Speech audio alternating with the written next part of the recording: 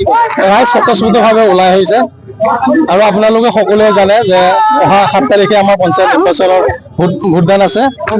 সেয়ে ৰাইজ স্বতঃস্ফূৰ্তভাৱে ওলাই আহিছে, তেওঁলোকে আজি সমদল কৰিছে আৰু মই অতি সুখী যে তেওঁলোকে যিদৰে স্ব ইচ্ছাই ওলাই আহি মোৰ প্ৰতি যি সমৰ্থন জনাইছে, নিশ্চয় আপোনালোকে 11 তাৰিখে ইয়াৰ ফলাফল পাব আৰু ৰাইজৰ আশীৰ্বাদ পাবলৈ মই সক্ষম হয়।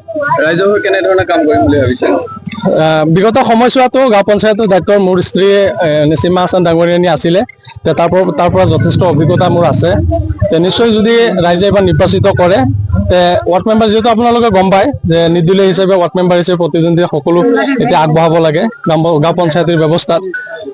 যদি নিৰ্বাচিত হৈ আহিব পাৰোঁ, ৰাইজৰ যদি সমৰ্থনৰ আশীৰ্বাদ মোৰ ওপৰত পৰে, আমি গাঁও পঞ্চায়ত মণিপুৰটো গাঁও পঞ্চায়তটো এক নিকা আৰু মানে ধুনীয়াকৈ যাতে আগবঢ়াই লৈ যাব পাৰোঁ, চাৰিওফালে যাতে বিকাশৰ জয়গান হয়, তাকেই মোৰ কামনা থাকিব।